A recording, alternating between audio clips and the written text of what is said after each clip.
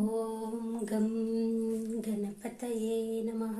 ఈరోజు అరుణాచలంలో కృతికా దీపోత్సవం శివపార్వతుల కైలాసంగా చాలా చాలా చక్కగా జరిగింది. మీతో మనసు విప్పి చెప్పుకోవాలని ఈ వీడియో చేస్తున్నానండి.